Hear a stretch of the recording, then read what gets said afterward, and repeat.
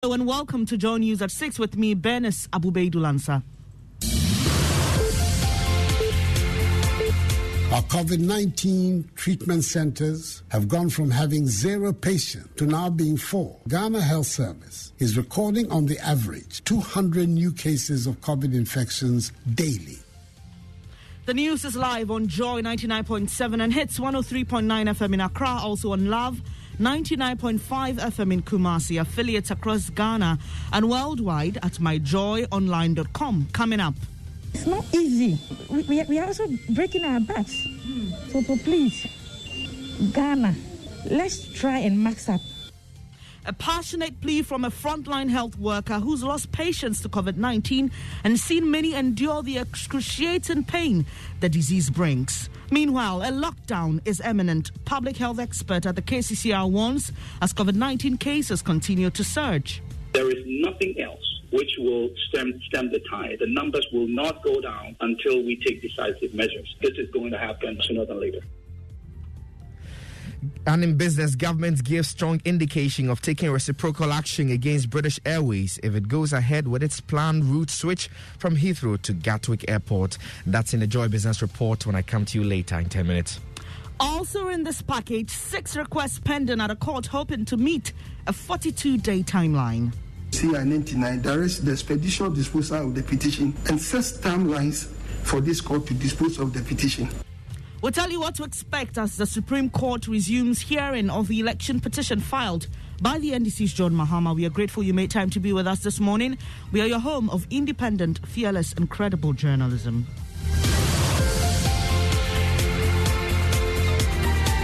It's not easy. We are also breaking our backs. So please, Ghana, let's try and max up.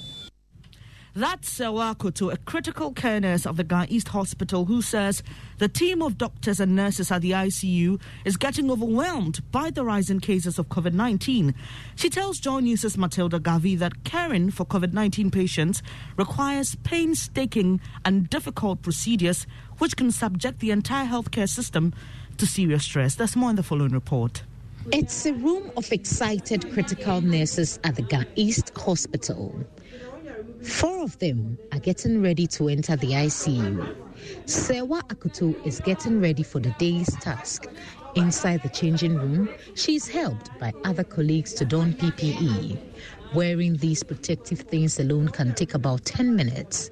It's a careful, thorough process that largely saves the frontline workers from getting infected.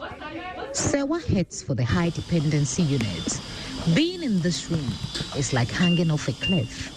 The fear of death, pain, and anxiety fill every inch of this room. There are 4 patients in dire need of help from Sewa and her colleagues.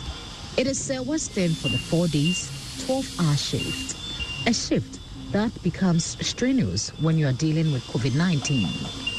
The more critically ill the patient is, the closer nurses cooperate with doctors in providing life support treatments. Most of them, we manage their symptoms as they come. Some come with comorbidities like diabetes and other things, so we try to manage those conditions as well. Sewa moves from one patient to the other, checking monitors. Occasionally, she speaks to the patients who only nod or give thumbs up as response since they are all on ventilators. 2 of her patients are restless. 1 is gasping for air. Another nurse reaches out to one of the patients and carefully adjusts the pillows, while 2 other nurses make a dash for the oxygen cylinders.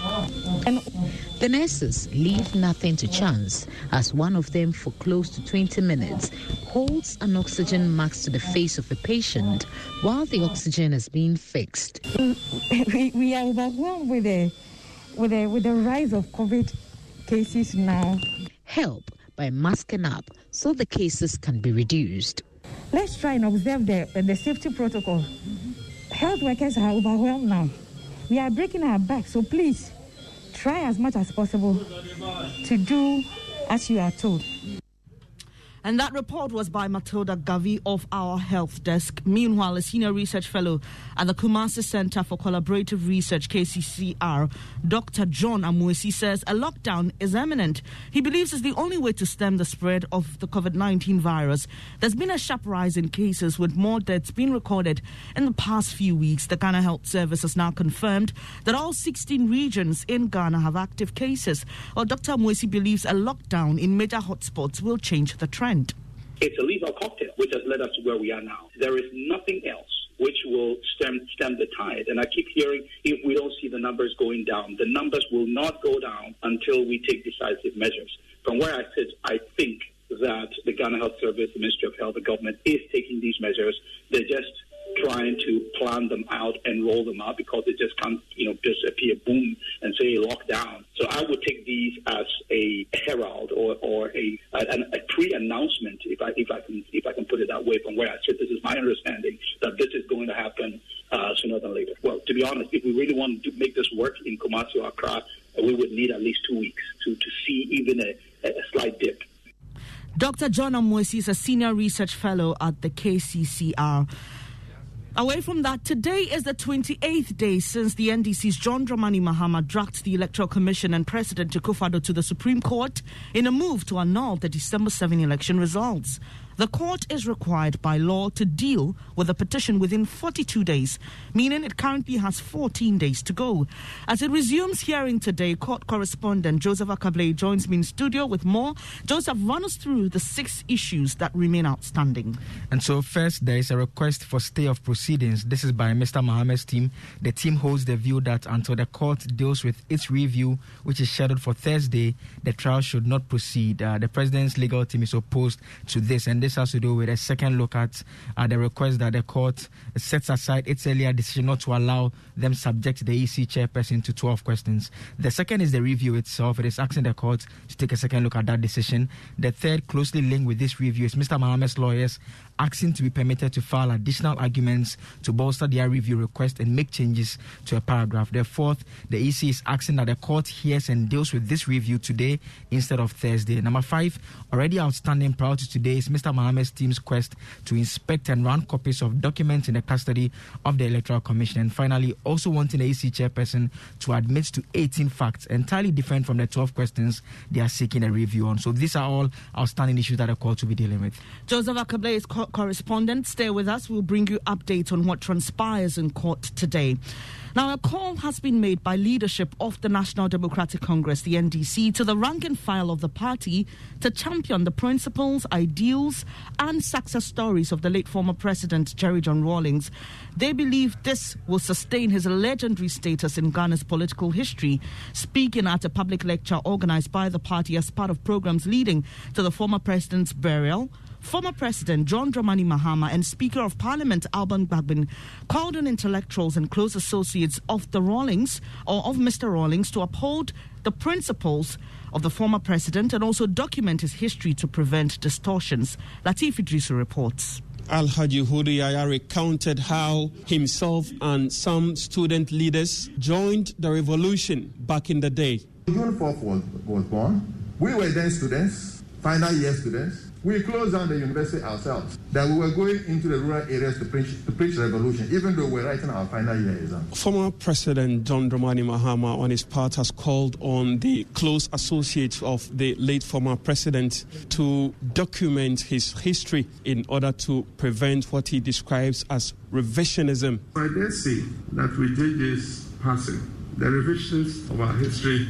will commence their work again to try and denigrate the history of his life and work. And that's why I say, unless those of us who knew him and worked with him document his life and works for posterity, the historians of the Hunter will write that history for us. Latif Idris with that report. And before I leave, you're just receiving some news that 2 persons have died and over 20 are in critical condition after a vehicle traveling from Kumasi to Boku crashed on the Nasia Bridge. Ilyasu Tanko joins us with details. Hello, Ilyasu. Have you been told how the accident actually occurred?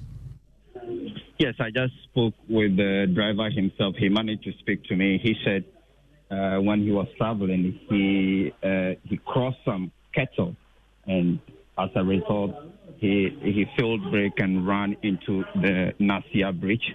As I speak to you, more than 20 persons are currently here. I can see one girl with a broken leg, and others came here very unconscious, and we have been told that